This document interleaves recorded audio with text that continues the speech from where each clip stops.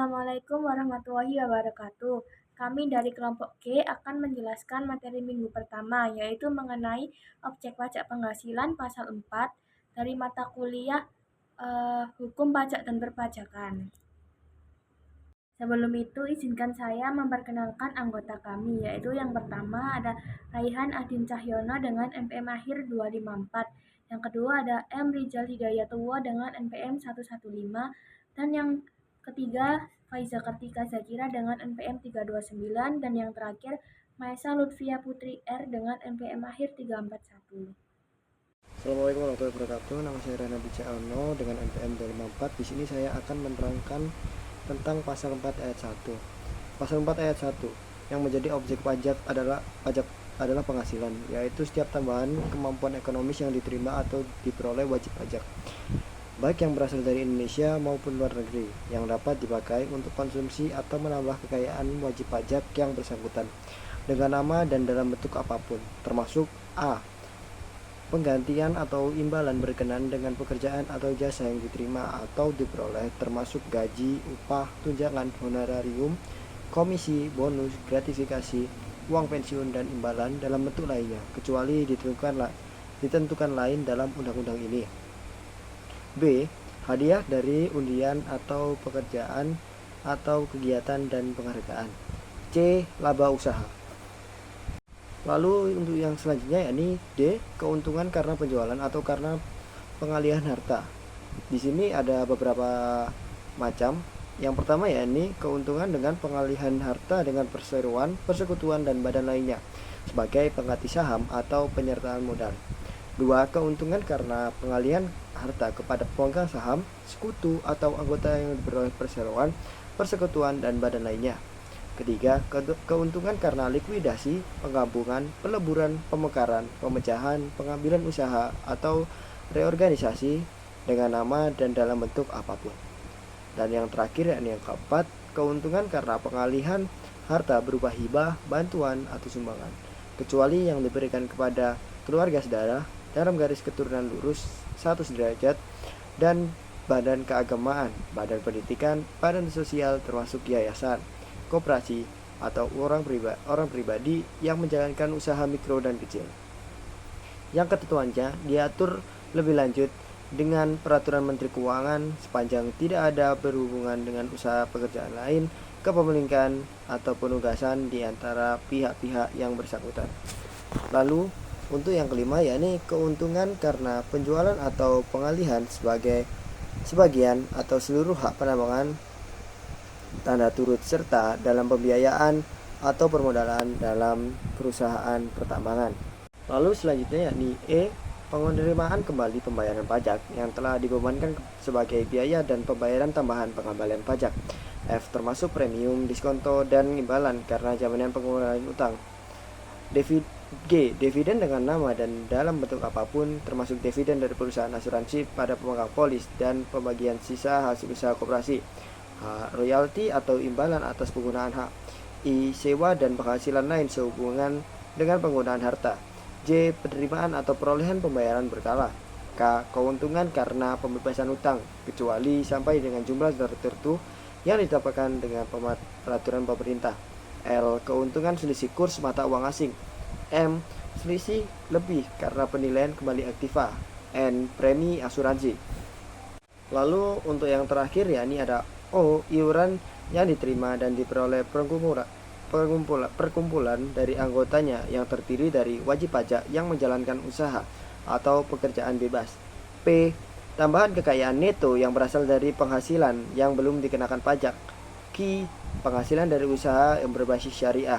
R, imbalan bunga sebagaimana yang dimaksud dalam undang-undang mengatur mengenai ketentuan umum dan tata cara perpajakan. Dan S, surplus Bank Indonesia.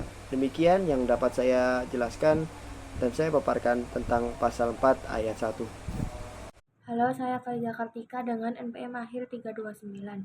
Saya akan menjelaskan pasal 4 ayat 2, yaitu penghasilan yang dapat dikenai pajak bersifat final. Ada 5 poin.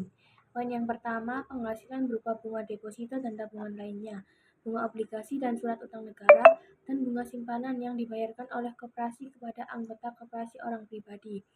Poin yang kedua, penghasilan berupa hadiah undian. Poin ketiga, penghasilan dari transaksi saham dan sekuritas lainnya, transaksi derivatif yang diperdagangkan di bursa, dan transaksi penjualan saham atau pengalihan penyertaan modal pada perusahaan pasangannya yang diterima oleh Ventura perusahaan modal.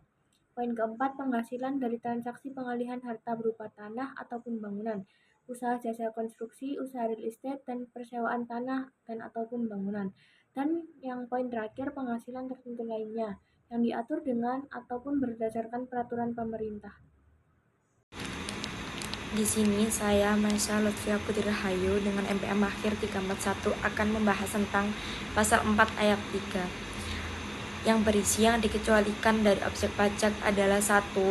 Bantuan dari sumbangan termasuk zakat yang diterima oleh badan amil zakat atau lembaga amil zakat yang dibentuk atau disahkan oleh pemerintah dan yang diterima oleh penerima zakat. Yang kedua, harta hibahan yang diterima oleh keluarga saudara dalam garis keturunan lurus 1 derajat.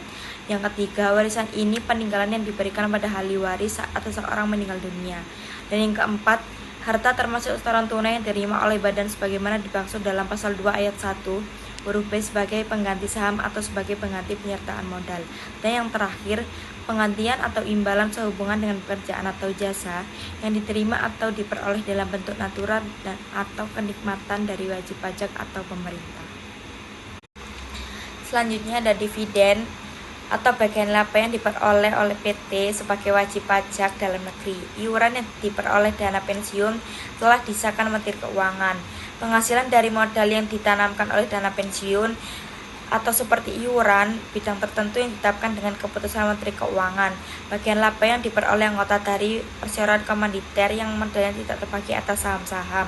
Penghasilan diterima oleh perusahaan modal Ventura berupa bagian laba dari badan pasangan usaha dengan syarat badan pasangan usaha merupakan perusahaan mikro, kecil, menengah, atau yang menjalankan kegiatan dalam sektor usaha yang diatur dengan berdasarkan Kementerian Keuangan. Selanjutnya, beasiswa yang memenuhi persyaratan tertentu diatur lebih lanjut berdasarkan peraturan Menteri Keuangan.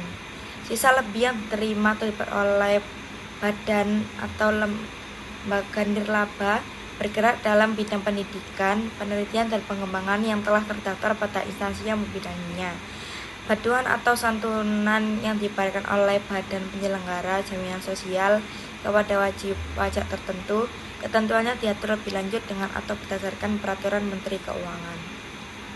Baik, di sini saya akan membahas contoh kasus PPh pasal 4 ayat 1. Andi merupakan seorang pegawai dengan status belum menikah tanpa tanggungan di perusahaan sukses dengan penghasilan bruto per tahunnya senilai 57,6 juta atau sekitar 4,8 juta per bulannya. Andi membayar iuran pensiun dan tunjangan hari tua senilai 25.000 setiap bulannya. Berikut ini cara menghitung pajak penghasilan yang harus dibayar oleh Andi. Yang pertama, biaya jabatan setahun sama dengan 5% dikali 57.600.000 sama dengan 2.880.000. Yang kedua, iuran pensiun dan tunjangan hari tua setahun 25.000 dikali 12 bulan sama dengan 300.000. Kemudian penghasilan bersih sama dengan penghasilan bruto dikurangi biaya jabatan dikurangi iuran pensiun sama dengan 57.600.000 dikurangi 2.880.000 dikurangi 300.000 sama dengan 54.420.000. Penghasilan tidak kena pajaknya 54 juta.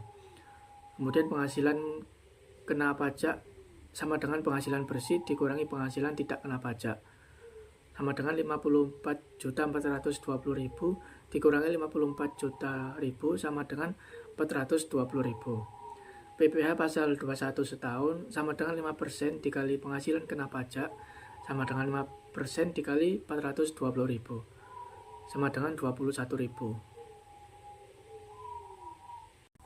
Selanjutnya, contoh kasus PPh pasal 4 ayat 2. PT Nusantara menyelenggarakan penarikan hadiah undian atas kupon-kupon yang telah dikirimkan oleh para pelanggannya dengan hadiah senilai 100 juta rupiah.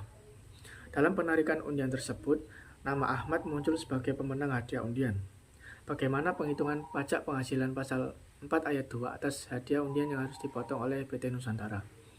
Berdasarkan PPh pasal 4 ayat 2 yang dipotong oleh PT Nusantara adalah 25% dikali hadiah tersebut 100 juta sama dengan 25 juta. Selanjutnya saya akan membahas contoh kasus PPh pasal 4 ayat 3. Jeffrey menerima hibah berupa rumah dari Pak Raden dengan harga pasar rumah senilai 700 juta. Nilai jual objek pajak yang tercantum dalam surat pemberitahuan pajak terutang pajak bumi bangunan tahun pajak saat terjadi pengalihan sejumlah 550 juta. Dan nilai sisa buku fiskal rumah tidak diketahui karena Pak Raden merupakan wajib pajak yang tidak wajib menggelar pembukuan. Keterangan lainnya yaitu disebutkan bahwa tidak ada hubungan usaha, pekerjaan, kepemilikan, atau penguasaan antara Jeffrey dan Pak Raden. Berdasarkan kasus di atas, maka perlakuan atas hibah yang diterima Jeffrey adalah hibah berupa rumah tersebut dikecualikan sebagai objek pajak penghasilan karena Jeffrey adalah keluarga saudara dalam garis keturunan lurus 1 derajat dengan Pak Raden. Sebagaimana dimaksud dalam pasal 4 ayat 3, pengecualian dari objek pajak penghasilan juga disebabkan tidak ada hubungan usaha, pekerjaan, kepemilikan, atau penguasaan antara keduanya. Sekian presentasi dari kelompok kami. Apabila ada salah kata, mohon dimaafkan. Wassalamualaikum warahmatullahi wabarakatuh.